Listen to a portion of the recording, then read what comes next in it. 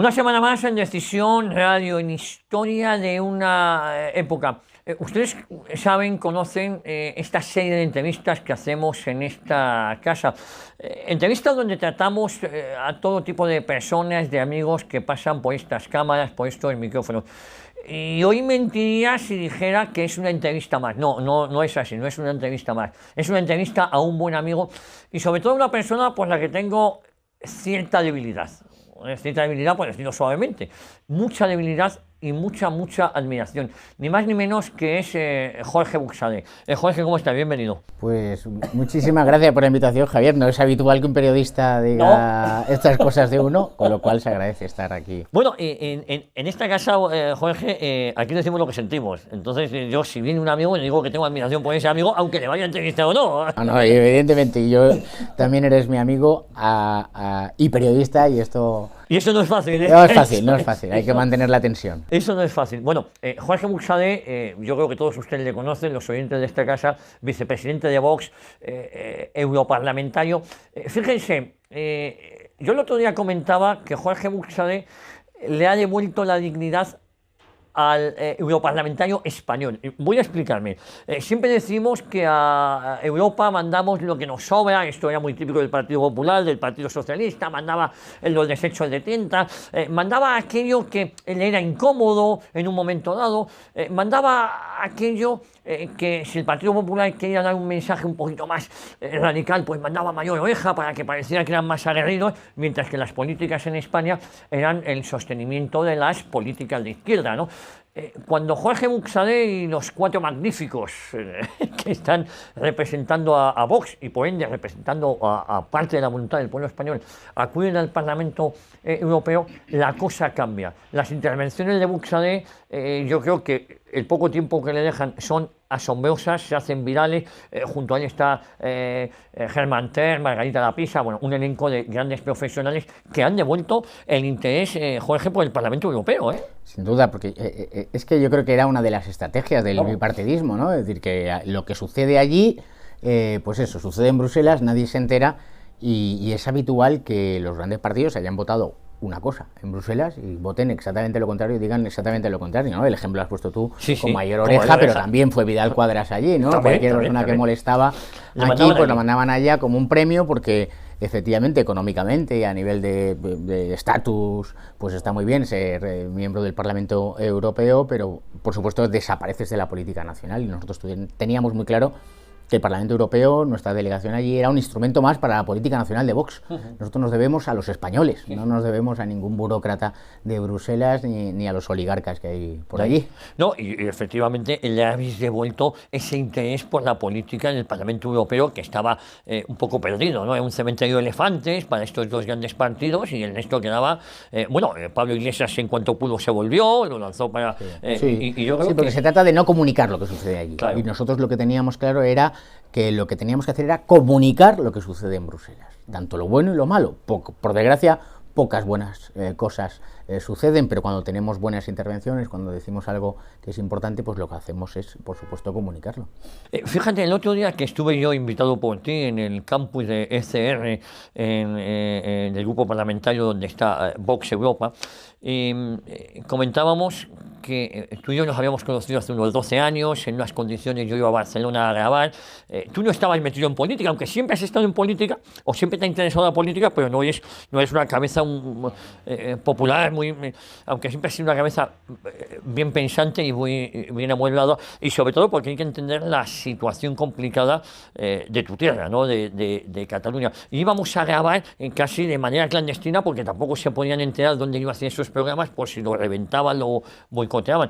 Y contábamos cómo ha cambiado la vida a lo largo de estos 12 años en la política española, ¿no? Y cómo lo que hacíamos clandestinamente, ahora una cosa impensable, la representación parlamentaria, lo que se decía ahí, Vox lo está llevando a las instituciones. Pues sí, que ha cambiado muchísimo, ¿eh? Sí. Yo creo que entonces iba a esos debates como miembro del Foro Catalán de la Familia. Sí, sí, sí. También estaba el Foro Barbil. Estaba el Foro Barbil también. Y montábamos allí unas buenas tertulias, ¿no? Efectivamente ha cambiado muchísimo, desde esos sótanos en las que efectivamente por razones de seguridad de todos pues hacíamos esto, pero es que yo creo que eso fue incluso un poquito antes de que el separatismo se lanzase ya a la carrera loca de luchar por la ruptura de España, y nosotros decíamos cosas que nadie decía. Efectivamente ya aventurábamos lo que iba a suceder, y tenemos la suerte efectivamente de poder decir lo mismo que decíamos a 12 años, ahora decirlo en el Parlamento Europeo o en el Congreso de los Diputados, o tú pues con una radio ya como está, con cara y ojos, y que la escuchan decenas de miles de españoles, ¿no? y en crecimiento.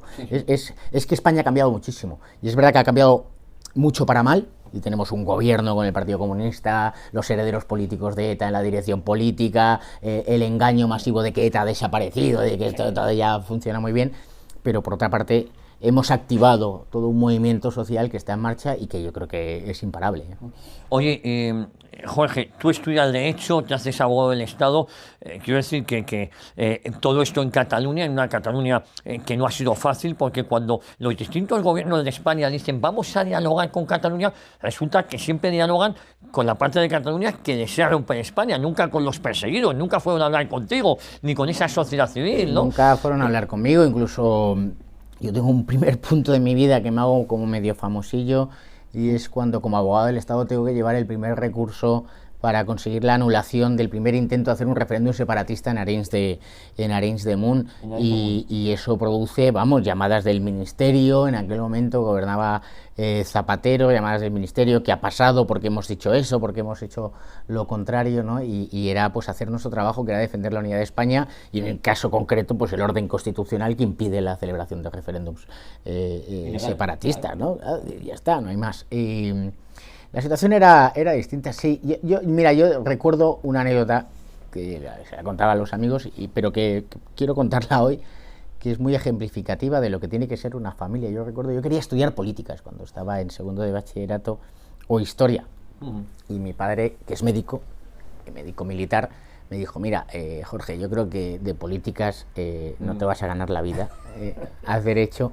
Y entonces hice derecho, y luego ya, en medio de la carrera, me di cuenta de que tenía esa vocación de servicio público, y entonces decidí hacer oposición de abogado del Estado, que podía haber hecho notarías o registros, ¿no? Y todas igual de válidas y buenas. Y fueron años muy, muy divertidos, muy intensos en la Universidad de Barcelona, y ese momento que hubo de españolismo en aquel momento en la Universidad de Barcelona, con un sindicato que era Acción Universitaria, y había cosas muy divertidas, pues precisamente por la dejadez de los dos grandes partidos, el Partido Popular y el Partido Socialista, se fue yendo abajo, ¿no? Y luego pues ha llegado Vox, que ha revitalizado a nivel político esto, y muchísimos otros proyectos, tanto mediáticos como culturales, sociales, que han ido surgiendo, ¿no? Jorge, ¿y cómo es esa juventud tuya? No sé si vives España 92, yo recuerdo ir muy a menudo a Barcelona con Juanjo Escolve, compañero tuyo, y ahora en el diputado nacional, y yo recuerdo ir mucho con él,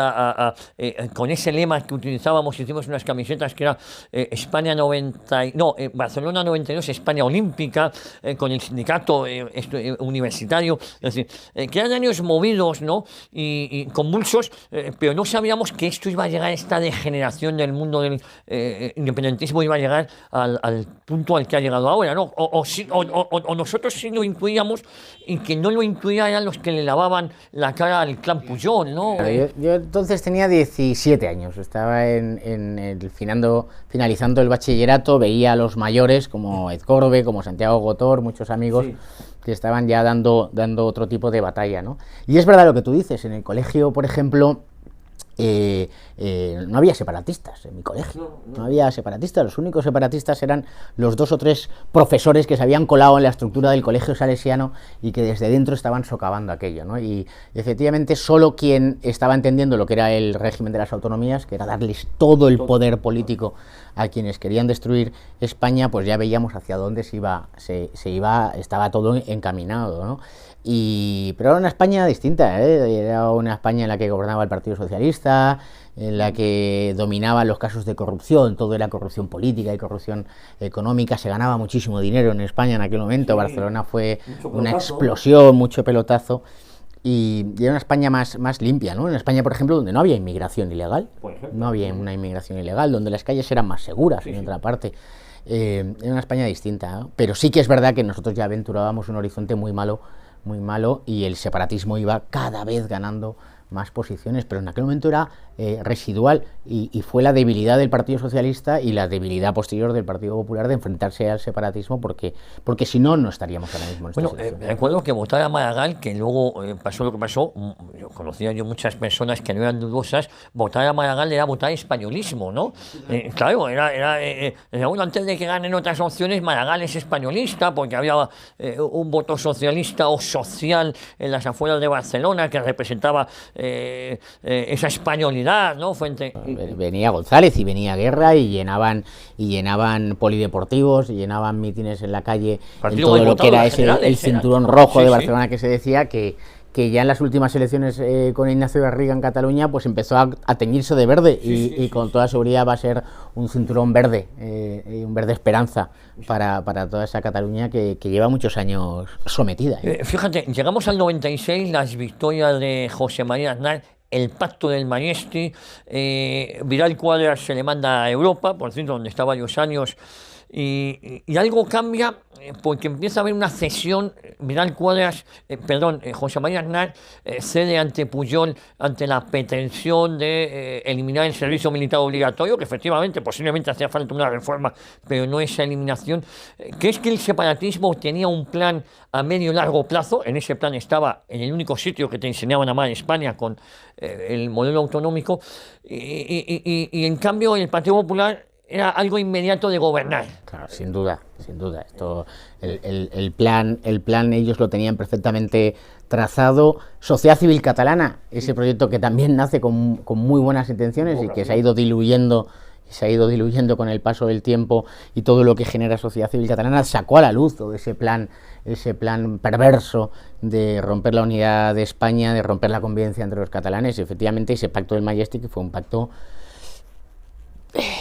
de la infamia, que era echar a Vidal Quadras, que en aquel momento, pues yo recuerdo haber llenado la plaza de toros de Cataluña, pero recuerdo ya una de las plazas de toros de Barcelona, la Monumental, que se llenó en aquella campaña del año 1996, ya los del Servicio de Orden del Partido Popular pidieron que no ondease la bandera española y que solo ondease la bandera del Partido Popular, y eso ya era un claro indicio de lo que ellos sabían que iban a tener que pactar, y que su socio natural, por engaño, era esa supuesta derecha catalana, ¿no? que efectivamente de derecha no tiene nada, porque no ha defendido jamás los valores relevantes y la familia. Basta ver cómo está la educación en Cataluña, y la traición, porque efectivamente Vidal Quadras pues acaba siendo vicepresidente del Parlamento Europeo, esto es verdad, es verdad, pero deja de influir en la política nacional. Fíjate, Jorge, en esa época hay, esto lo digo yo, no lo dices tú, infames periodistas que te han atacado recientemente de una forma miserable y cobarde, lo digo yo, no lo dices tú, que en esa época abogaban porque el Partido Popular en Cataluña sobraba y en quien había que apoyarse era en Convergencia.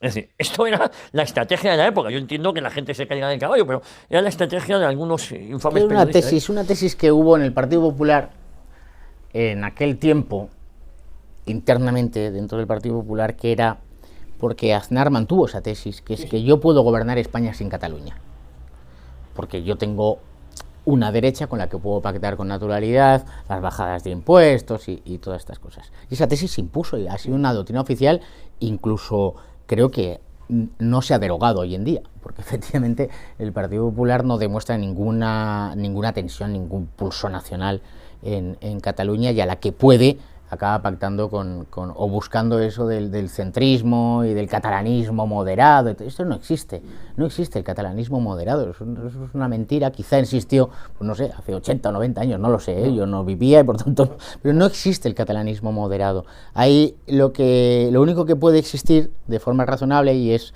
pues lo que siento yo y lo que siente Juan Garriga, nuestro presidente en Barcelona, o lo que siente Ignacio, nuestro portavoz en el grupo, que es vivir la españolidad como catalán. Esto sí, efectivamente tenemos un idioma propio, tenemos nuestros rasgos culturales, como los tiene Madrid o Castilla, o los tiene Andalucía, o por supuesto Asturias o Galicia, ¿no? Pero no pasa de ahí. Tú pones el istmo, estás convirtiendo eso en una doctrina política, y al final ese nacionalismo identitario que quiere romper la unidad de España pues acaba en las manifestaciones, acaba en la violencia, y estos que es rayura, que es que hay que decir que no podemos olvidar que estos tíos cometían atentados, y si ahora tuviesen la oportunidad y considerasen que les sirve para conseguir sus objetivos, lo harán. Lo que pasa es que ahora ya consiguen sus objetivos simplemente sentándose en una mesa de negociación. Sí, porque como hemos comentado, los distintos gobiernos de España, cuando dicen que hay que dialogar con Cataluña, es con los que desean romper la convivencia en Cataluña y romper España. Por supuesto, ¿no? Nunca el presidente del gobierno, ahora Sánchez, el indigno Sánchez, pues podría llamar a Ignacio Garriga y decir: oye, quiero oír la voz de los catalanes, la primera fuerza política nacional en las últimas elecciones. ¿Qué piensan los catalanes del sistema educativo, de la libertad de los medios de comunicación, de TV3, ¿no? de la intervención de los Mossos d'Esquadra, de cómo los Mossos d'Esquadra en muchísimas cosas no han estado al servicio de los derechos y de la libertad y de la unidad de España, que es su trabajo, que es lo que tienen que hacer, y no servir al golpismo, ¿no? Oye, Jorge, una lástima que un idioma tan bonito como es el catalán, tan apreciado, sea utilizado no para dialogar, sino para dividirnos, ¿no?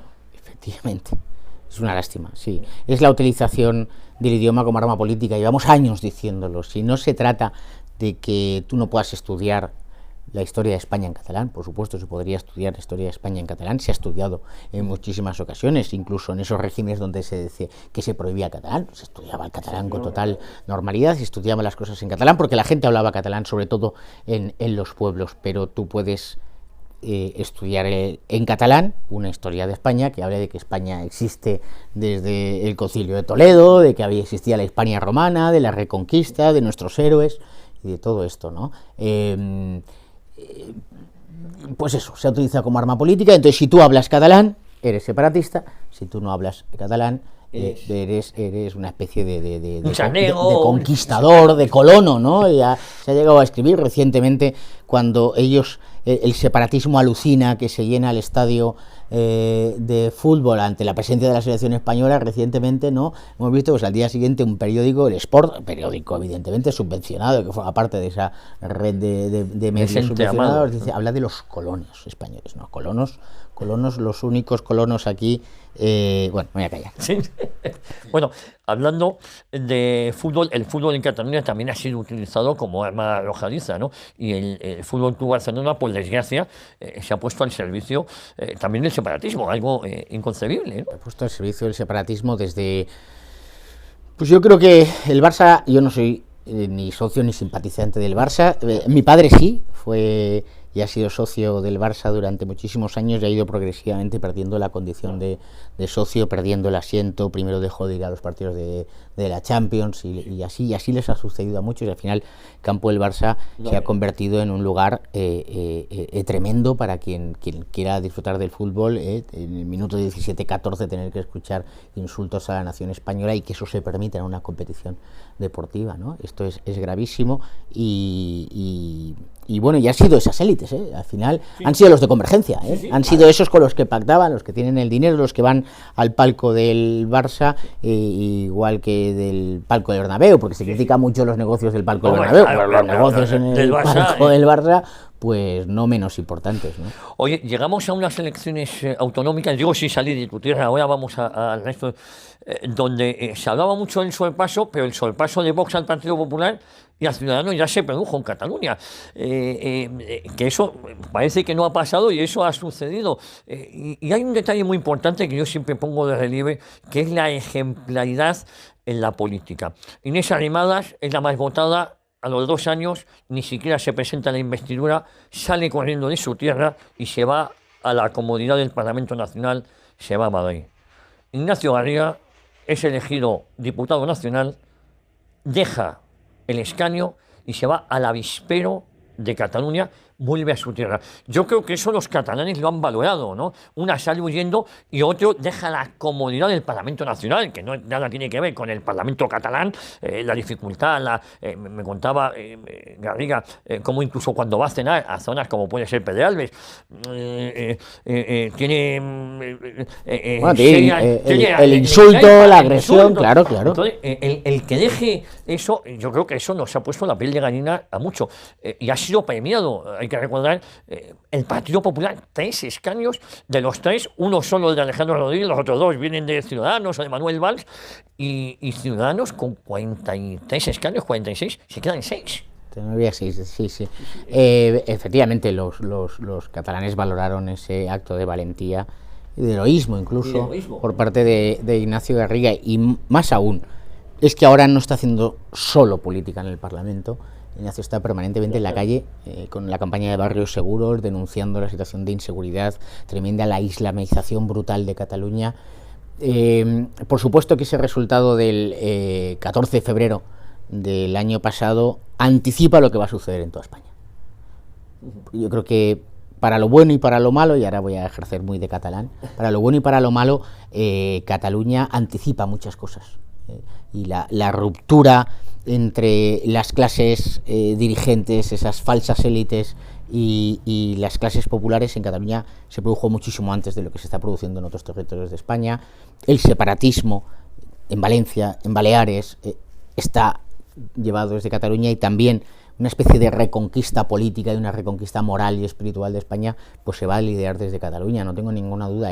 En los mítines, en aquellas elecciones difíciles, porque efectivamente tenías a Turba allí y tener que realizar los actos políticos con protección policial, muchas veces no eficaz, como sucedió en Vic o en Salt. Sin embargo, nuestra gente está allí muy motivada, tiene una conciencia política de que está realmente defendiendo algo que es valioso, defendiendo su forma de entender la vida, defendiendo su nación, defendiendo su familia, la libertad de sus hijos a ser educados con libertad en los colegios, etcétera, etcétera, de encender la televisión y no escuchar basura antiespañola. Es que es de esto de lo que estamos hablando, ¿no? Jorge, en un momento dado tú compaginas tu militancia en Vox, entras en Vox, sigues tu carrera de abogado del Estado, y ya en un momento dado, ya cuando Vox entra en las instituciones, en diciembre, en las famosas elecciones andaluzas, llega un momento que tú te trasladas a Madrid. ¿Cómo es ese traslado? ¿Qué supone para tu familia, para tu mujer? Primero os vais a Pozuelo, luego os habéis cambiado para tus hijos, porque tuvo que ser complicado, ¿no? Sí, yo creo que está... voy a ir un poquito antes. Sí. ¿Cómo entro yo en Vox, ¿no? Que sí. Yo creo que esto es interesante. Sí. Yo conozco a Santiago Abascal en el año 2012, también en otro acto en Barcelona. Él viene por la fundación de NAES, efectivamente Vox aún no ni siquiera existía como partido, y yo intervenía por el Foro Arbil en un debate universitario en el CEU de Barcelona, y en unas jornadas sobre la unidad de España. Santiago hace un discurso extraordinario, yo hago de telonero de Santiago, efectivamente, como no podía ser de otra forma, y pues hablo de mi visión de la unidad de España y de cómo se estaba destruyendo realmente, ¿no? Y a partir de ahí Santiago y yo estamos en un contacto en el año 2014, me dice, oye, me dicen Vox, y yo acabo de dejar el Partido Popular, porque fue tremendo lo de Mariano Rajoy al permitir ese primer butifarrendum del 9 de noviembre de 2014, yo como abogado del Estado me siento absolutamente decepcionado de mi cliente, digámoslo así, que es el Estado, el Reino de España, y o sea, mira, yo ahora voy a dedicarme a la familia y a mis actividades profesionales, y así es lo que hacemos, ¿no? Y seguir, pues, tener hijos y dedicarse a lo que se tiene que dedicar un español normal y corriente, que es buscar su propia prosperidad, la de su familia y la de su nación. En fin, que ya la situación se estaba deteriorando tanto en Cataluña que sí, que en el año 2015 al final pues ya me afilió a Vox, y Santiago pues me pide que forme parte de la Ejecutiva Nacional, pero yo sigo desarrollando mi actividad normal y corriente y ayudando al partido en lo que pueda, hasta que efectivamente en enero de 2019 Santiago me dice, oye, necesito que des un paso más, que dejes todo lo que tu vida, digámoslo así, más o menos cómoda en Barcelona, porque gracias a Dios pues económicamente está uno cómodo, uno se rodea de amigos que no son separatistas, y por tanto crea su pequeña burbuja de confort, ¿no? Sí. Y efectivamente ya cuando salgo como eurodiputado, pues Santiago me pide que forme parte también de la vicepresidencia del partido, y hay que vivir a Madrid. ¿Cómo lo vivimos? Pues se vive con tristeza, sí. Se vive con mucha tristeza. Tener que embalar todo no es una mudanza para pasar de un pueblo a otro, de una calle porque he cambiado de piso, he ido a un piso más grande, ¿no? Es cambiar todo, ¿no? Y una sensación, pues como la que tuvo Ignacio Garriga, ¿no? De cuando vino aquí diputado, de los estoy dejando de lado a los míos, ¿no? A todos esos con los que hemos luchado y que hemos hecho miles de cosas a las que a lo mejor solo venían 10 personas, hemos ido a eventos, y los niños sufrieron mucho. Los chavales sí que sufren, porque cambian de colegio y de amistades. Encima, al cabo de 6 meses, nos mete Sánchez a todos en casa, confinados y tal, ¿no? Es decir, que es que lo que está sucediendo, no somos conscientes de la gravedad de todo lo que está sucediendo. Y sí, hombre, se vive con cierto sufrimiento, cierto dolor, y por eso cuando yo voy a Barcelona a algún acto político, cualquier cosa, pues disfruto como un enano, y si puedo me escapo una hora a ver a los amigos y tomarme un... Bueno, tu mujer, que es un encanto, tus hijos, al final yo creo que ya han asumido que este es el papel que les ha tocado vivir, que el padre está con servicio a España, con una vocación, pero fíjate, tú vienes aquí y en un momento dado te tienes que ir, estás todo el día en el avión, en Bruselas, en el Parlamento, en Estrasburgo, no sé dónde más vas. Es decir, que al final se complica todavía más, ¿no? Pero refuerza la familia, ¿eh? Sí. No digo que en Barcelona no tuviéramos una vida familiar, pero esto reforzó y ha reforzado muchísimo la familia, la conciencia de mis hijos de que cuando papá no está, pues hay que ayudar muchísimo más, hay que ayudar a mamá. Hay que ayudar no solo en cosas materiales, sino también en cosas sentimentales, ¿no? Un acto de cariño. Sí. Esas cosas que el mundo loco en el que vivimos hoy pues lo impide. Joder, que los hijos tienen que tener actos de cariño con sus madres, y no solo las madres con los hijos y todo esto, ¿no? Oye, ¿cómo vives cuando eres elegido eurodiputado? ¿Cómo fue esa noche? Dijiste, pues, ¿no? Pasa puede ser a decir, oye, que te ha tocado, que ya está. Sí. Bueno, es cuando se hace realidad, ¿no? Sí. Una campaña, yo jamás había vivido en primera persona una campaña electoral, fue agotadora, el partido estaba exhausto después de las elecciones de abril de 2019, fue una campaña dura con nosotros, sin medios económicos de ningún tipo, evidentemente con todos los medios en contra. Y bueno, pues con yo creo que de todos los sentimientos que tienes ahí mezclados, el más importante es, ostras, ahora hay que defender los intereses de los que nos han votado y de los que no nos han votado.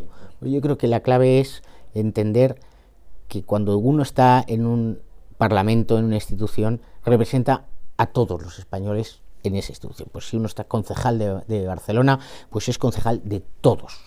Y esa conciencia de respeto a las instituciones y de respeto a la democracia, realmente, de verdad, hay que vivirla intensamente. Y encima, cuando vas al Parlamento Europeo, no representas al 1 millón y pico de españoles que votaron a Vox en aquellas elecciones, sino que representas a España entera. Y cuando hay que votar, hay que tener en cuenta los intereses de todos los españoles, ¿no?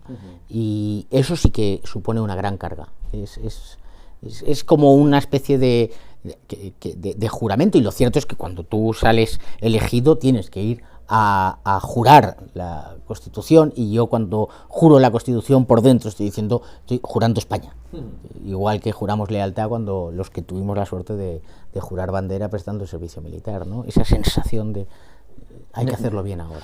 Oye, y dime una cosa, esas políticas que se dictan en Europa, esa burocracia también, al final nos afecta mucho, ¿no? Porque excepto Vox, que ha dado un puñetazo en la mesa, los distintos gobiernos de España acaban aceptando sin resistir determinadas políticas que perjudican seriamente a España. Nos afecta muchísimo. Me voy a poner un ejemplo que es quizá el que más... Yo estoy en la Comisión de Libertad, es una de las comisiones en las que estoy como titular, y ahí está todo el tema de la inmigración, el asilo.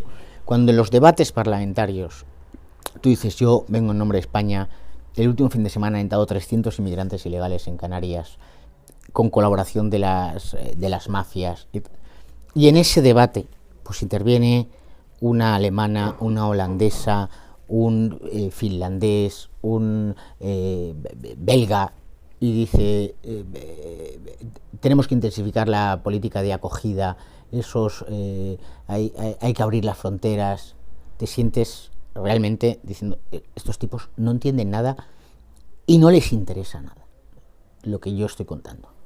Y ese es el punto donde tiene que haber ese equilibrio entre oye, pues creamos esta Unión Europea para colaborar, para que los negocios vayan mejor, para que se pueda uno efectivamente viajar a Francia por el espacio europeo, que es una cosa buena, que podamos tener una moneda y no como cuando éramos jóvenes, ¿no? Que ibas a Roma cambiando en liras, luego volvías, te sobraban las liras, ¿qué hago? Voy al banco, siempre en el intercambio el banco te cobraba una comisión y se quedaba algo. Eso está bien, pero no está nada bien que la política de fronteras, la política de seguridad, la política de nuestros agricultores, lo de la energía, que es el gran tema de estos tiempos, se decida por unos tipos que les importa absolutamente un bledo los intereses de los españoles. Algunos no les interesa ni el interés ni su propia nación, que son esos globalistas federalistas, que los hay. Verhofstadt, por ejemplo, un liberal que es del Partido Liberal, que es tremendo. Es decir, que renuncia a su propia nación, es capaz de renunciar a su propia identidad nacional. Pero hay otros que tú los oyes hablar y dicen, no, es que están pensando en los intereses de la economía alemana, de la economía holandesa, y eso te produce muchísima rabia ver cómo otros gobiernos defienden sus intereses y el gobierno de España, el que yo conozco, que es el de Sánchez, pues no lo hace. Oye, Jorge, estamos asistiendo muchas veces, estuve en Barcelona hace relativamente poco, y mientras que hace unos meses Barcelona podía ser Marrakech, ahora Barcelona se ha convertido en Kandahar, en la frontera de Pakistán con Afganistán. Me queda miedo, digo, ¿dónde está la identidad catalana? Ya no ni la española, es que la catalana también desaparece. Y eso está pasando en varios... hay un peligro real de esa inmigración ilegal con nula intención de interés, además. No es que haya un peligro real, es que ya están dentro. Están dentro. Efectivamente, es la frontera entre la civilización y la barbarie. Ya no la tenemos en los límites exteriores del Imperio Romano, sino que está dentro, está ya en Roma. Y por tanto nuestro trabajo es muchísimo más difícil. Tiene que haber una actividad policial, actividad judicial, y toda la administración tiene que lanzarse a recuperar nuestros barrios, porque no solo es inseguridad, es la delincuencia asociada, la degradación física, incluso la suciedad que hay en los barrios. Bueno, si uno pasea por el centro de Barcelona y realmente no es que tenga miedo, que a lo más puedes tener un miedo físico a determinadas horas, sino que es una pena enorme de ver lo que ha sido Barcelona y cómo la están degradando ante la mirada de la alcaldesa, una alcaldesa que además juega con una historia tremenda. Yo no conozco a nadie en Barcelona que hable bien de Ada Colau, pero tiene una cosa que ha conseguido, que es muy lista en este aspecto, que es hacer toda la política separatista pero venderse como no separatista. Entonces consigue que todo el voto no separatista acabe votando a él. Eso hay que romperlo de una vez por todas, y yo creo que el tema de la inseguridad y de la inmigración ilegal hay que ponerlo como el primer punto, y así lo está haciendo Ignacio Garriga, porque yo las elecciones catalanas repetía en todos los mítines una frase, y es: a fuerza de querer quitaros la identidad española y venderos otra falsa identidad catalana, ni lo uno ni lo otro. Y efectivamente es el escenario en que está Cataluña: ni identidad española nacional, ni esa identidad regional catalana. Al final la identidad musulmana es lo que parece que se va a querer imponer. Jorge, y estamos asistiendo como en cada elección Vox rompe las estadísticas, rompe las encuestas. Lo vimos en Madrid, que decían que Vox no iba a sacar, prácticamente iba a diluirse por el efecto Ayuso. No solo se diluye, sino que saca un diputado más. Lo vimos en Castilla y León, donde pasa de un diputado, corrígeme, a 13 procuradores en las Cortes de Castilla y León, con un Gallardo inconmensurable. No tiene topes Vox, ¿no?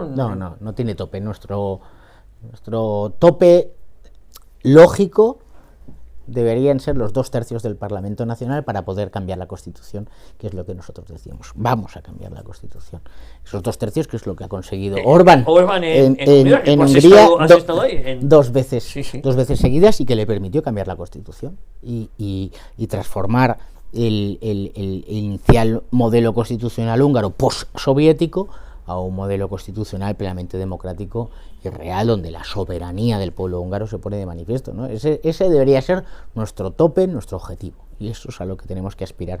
Pero porque al final se trata de que esos españoles olvidados, esa España silenciada de la que hablábamos en Castilla y León, hay muchas Españas silenciadas, Sí, sí. No solo la España del campo, del sector agrario, ahora hemos visto el sector del transporte que se ha alzado en los últimos meses, pero está la España silenciada por el separatismo, está la España silenciada por la violencia en las calles, está la España silenciada que son todos esos hombres, y no solo hombres, sus madres o sus hijas que sufren la nefasta criminal normativa de la violencia de género que les condena a una muerte civil tremenda. Está la España silenciada, la de los jóvenes en los colegios y en las universidades. Hay muchas Españas silenciadas y lo que tenemos que hacer es darle voz, y cuando pongamos a España a tope, a toda máquina, pues no, es que no tenemos límite, por supuesto. Hemos vivido una temporada, unos años muy convulsos, donde en España, con 47 millones de habitantes, tenemos 20 modelos distintos. Me voy a explicar: 17 autonomías, las 2 ciudades autónomas que también tienen sus modelos son 19, y el gobierno central. Durante la pandemia veíamos que aparecían 19 teléfonos distintos. Si uno estaba enfermo, había que llamar a 19, ni siquiera en eso se ponían de acuerdo. Tenemos 19 modelos educativos más las normas del gobierno central. Es una locura para 47 millones de habitantes. Lejos de acercar la administración al ciudadano, el modelo autonómico nos ha dividido todavía más, ¿no, Jorge? Sí, nos ha dividido y nos ha enfrentado. Y nos ha enfrentado. Nos ha enfrentado, ¿no? Mira, yo voy a contar una anécdota.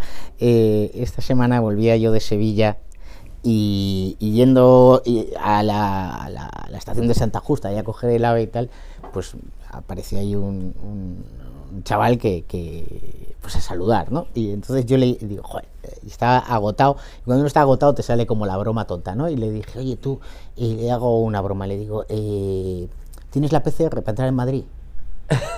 Entonces el chaval, que era jovencito, claro, al ver, joder, Jorge Buxade me pregunta esto, pues le dio como carácter de autoridad, y dice, sí, digo, sí, no te has enterado que ha salido hoy en el boletín de la Comunidad de Madrid que tú para entrar en Madrid tienes que llevar PCR, yo la llevo. Entonces yo llevaba una PCR para entrar en España porque venía de Hungría. Y le digo, fíjate, yo me la hice ayer y tal, negativo, tú. Y el pobre le cambió la cara. Y yo cuando le vi agobiado le dije, no, es broma, joder. Se lo creía. Sí, claro. Hemos llegado al punto, claro, de pensar que en un determinado momento, para ir de Sevilla o a Madrid, un gobierno regional podría tomar la decisión de decir, no, hay una limitación, tú no puedes entrar aquí en tu territorio nacional, tú no puedes moverte por España. Es demencial, pero es que lo vemos con lo de los impuestos, las empresas cambian de un lado a otro porque pueden pagar menos impuestos, claro, o más facilidades. ¿Cuántos profesionales liberales se han ido pues por supuesto de Cataluña, pero de otras partes de España para venir a Madrid, todo porque se pagan 3 puntos menos de IRPF? Pero claro, es que 3 puntos menos de IRPF, sin determinados ingresos, y si tienes una familia, pues es un dinero al final del año. Eso no lo podemos permitir, no lo podemos permitir. Y hay un distanciamiento muchas veces, y yo creo que es una de las claves del éxito de Vox, entre la clase política y el ciudadano de a pie. Vox está, corrígeme también, un mensaje mucho más social de lo que algunos esperaban, ¿no? Y yo creo que está rompiendo incluso esa dicotomía izquierda-derecha que ha dejado tanto al Partido Popular como al Partido Socialista preocupado. Es mucho el votante de izquierdas o históricamente votando de izquierdas que se está acercando a Vox, ¿no? Muchísimo, claro. Porque le habían envenenado, ¿no? La izquierda la había envenenado con ese resentimiento, con ese, tú eres trabajador, tienes que odiar al empresario y además tienes que odiar a España, ¿no? Y le habían envenenado, y ahora nosotros lo que le decimos simplemente es que es un trabajador que forma parte de una empresa, que eso es un pequeño proyecto colectivo que tiene que unirse a su empresario, que el empresario tiene que ser consciente de las necesidades de sus trabajadores, de que todos juntos tienen que tirar adelante, y de que además en la última garantía suya es que España sea fuerte, y lo estamos viendo. Cuando España es fuerte, pues las empresas españolas van a ir mejor y va a haber más trabajo. Ahí es un universo no infinito, porque no, pero de millones de cientos de miles, incluso millones, efectivamente, de españoles que tienen que ver que que no hay que durante años les han engañado con esa distinción de derechas e izquierdas. Porque antes hablábamos al inicio de la conversación, ¿no?, aquellos años 90 con el Partido Socialista, la JET en Marbella, es decir, estos eran de izquierda. ¿De qué estamos hablando? Sí, ¿no? Sí. De qué estamos hablando, y aún hoy en día, ¿no? Sí. De todas maneras, eso yo creo que es un poco el origen de la cierta falsificación de los medios y la manipulación y tergiversación de coger algún discurso, alguna cosa que algún diputado de Vox o alguien que ni siquiera era diputado de Vox en un momento dijo, y entonces ya automáticamente pues se generó la tesis de que Vox no tenía... Vox es un partido que está pensando en España, y por tanto, si pensamos en España en su conjunto, pensamos igual en el empresario, en el pequeño y mediano empresario, en el trabajador autónomo y en el trabajador por cuenta ajena, y pensamos en las familias, y eso es lo que estamos pensando.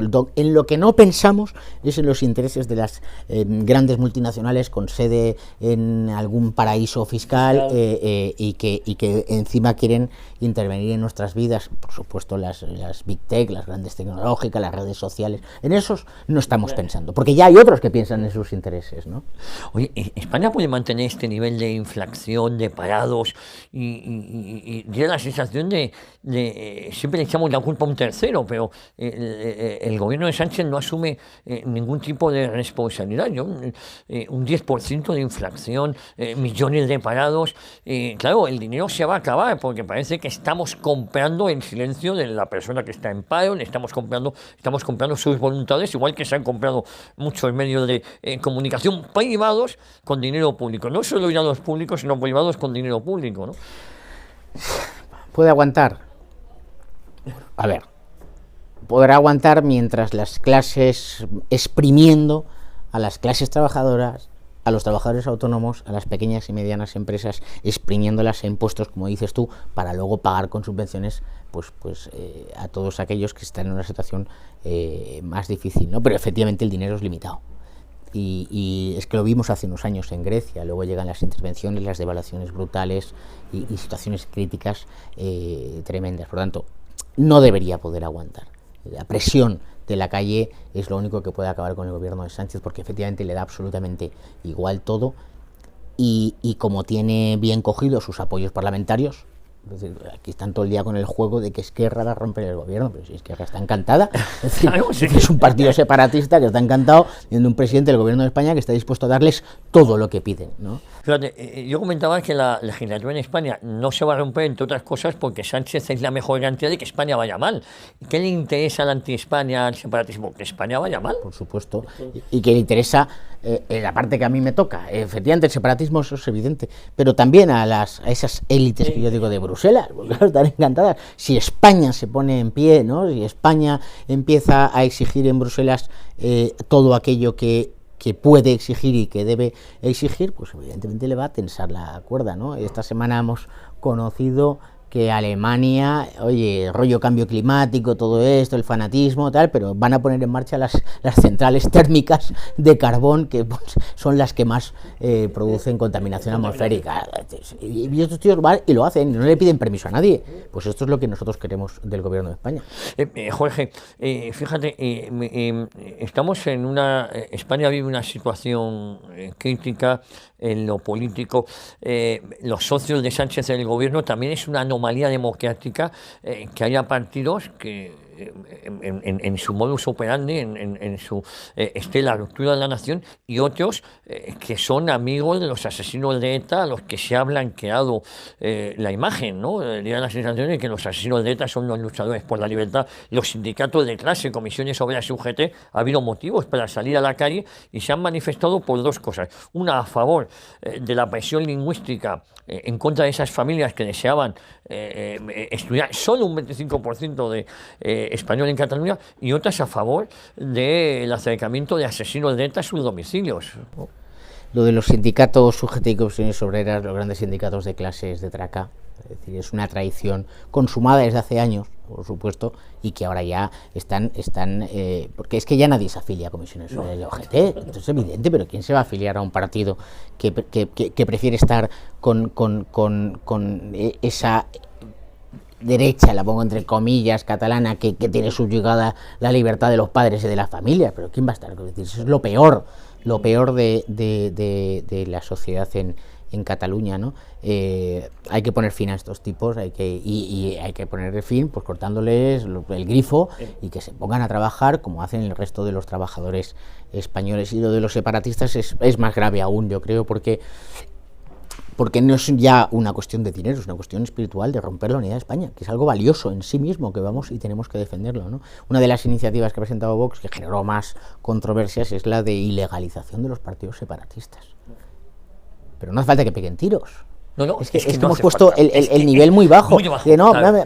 mientras No no matan peguen a nadie, tiros, no. mientras no maten, mientras no secuestren, mientras no produzcan el éxodo de miles y cientos de miles de vascos y ahora también en menor cantidad de catalanes, entonces hay que dejarles operar. No.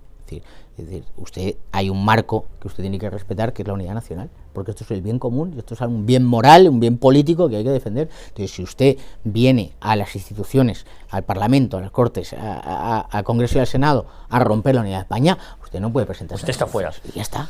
Oye, Jorge, ¿no te da la sensación de que este nuevo Partido Popular Vintage, que yo he llamado Vintage, digo porque no hay caras nuevas y son caras muy conocidas, tiene la sensación que le apetece más pactar con el PSOE, con el bipartidismo corrupto, que con Vox?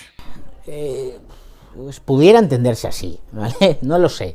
Yo creo que tienen una duda metódica y espero que no sea una duda puramente metódica, porque como decía Unamuno, entonces ese señor se mantiene en la duda permanente y nunca toma decisiones, y en política hay que tomar decisiones, esto es decisión radio, es decir, hay que tomar decisiones en política. Yo creo que forma parte de esa discusión interna que tienen. No tengo ninguna duda que hay líderes dentro del Partido Popular que preferirían una gran coalición con el Partido Socialista, o lo que ellos dicen una gran coalición, aunque cuando Vox sea el primer partido de España, la gran coalición tendrán que hacerla con nosotros, ¿no? Pero también creo que la realidad les va a llevar a donde no tienen otra salida, y es la de Castilla y León. Es decir, tú puedes decir lo que quieras, pero la realidad es que no puedes conformar un gobierno si no es con Vox. Por lo tanto, vas a tener que pactar con Vox porque es lo que quiere tu votante.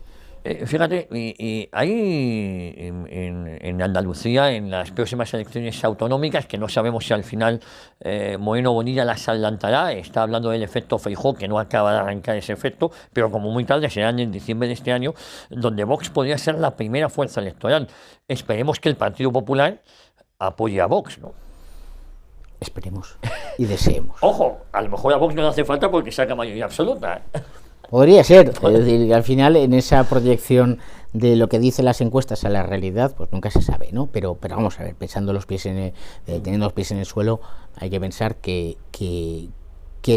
la suma aritmética de diputados permitirá un gobierno del Partido Popular y de Vox, y que ninguno de nosotros vamos a poder gobernar por nosotros mismos. Ellos van a tener que decidir si quieren que vuelva el socialismo corrupto o que esa alternativa social, esa alternativa patriótica para todos los españoles que se ha puesto en marcha en Castilla y León, o que se va a poner en marcha en Castilla y León, se ponga también en marcha en Andalucía, y que esa reconquista de la que hablábamos en nuestras elecciones de abril de 2019 pues sea real. Oye, Jorge, vamos acabando, pero sí me gustaría saber cómo compaginas, padre de familia, tus obligaciones dentro del partido, eurodiputado. El día se te queda corto, ¿no? Esta pregunta deberías hacerla a mi mujer. Sí, a mi mujer. Se la respuesta. Pues durmiendo poco y aprendiendo a esas cosas que mucha gente hace, de todas maneras también, es decir, que no es algo heroico, que hay muchísimo empresario, muchísimo trabajador, a aprovechar para en los aviones no perder el tiempo, o lees, o escribes, o duermes. Y lo mismo en los trenes y todo, durmiendo poquito, pero da igual, porque en el fondo, y yo no soy ningún héroe, en el fondo tenemos que vivir la política. Yo la vivo la política como aquellos tiempos maravillosos en los que yo estaba en la Academia de Infantería prestando el servicio militar. Esto es el sentido, pues estoy prestando un servicio a España, y por tanto, pues si uno en la academia duerme 5 horas y media durante toda una semana, pues no pasa nada, ya luego recuperaremos el sueño el fin de semana y ya está. Y una de las cosas que no hago y debería hacer más, cuando lo hago funciona, es hacer deporte. Sí, esto ayuda, sí, esto ayuda muchísimo. Yo me obligo a andar 5 o 6 kilómetros diarios, pero ya no tengo tiempo de hacerlo me doy vueltas, en cuanto acabo una grabación, me doy vueltas a la manzana y lo hago aquí. Hacer deporte, pero vamos, que esto lo hacen todos los españoles que trabajan. Oye, tienes un gran compañero en el Parlamento Europeo, tienes grandes compañeros, pero mi amigo Germán Terz, Es un tipo estupendo. formáis ahí un tándem muy bueno, ¿eh? Es un tipo, Sin desmerecer a nadie más, pero un tándem muy bueno. Es un tipo estupendo que sabe de historia de Europa, de sociedad europea, sobre todo conoce muy bien la Europa oriental, esa Europa antes soviética, y que por tanto para mí es un referente. Es un referente, sí.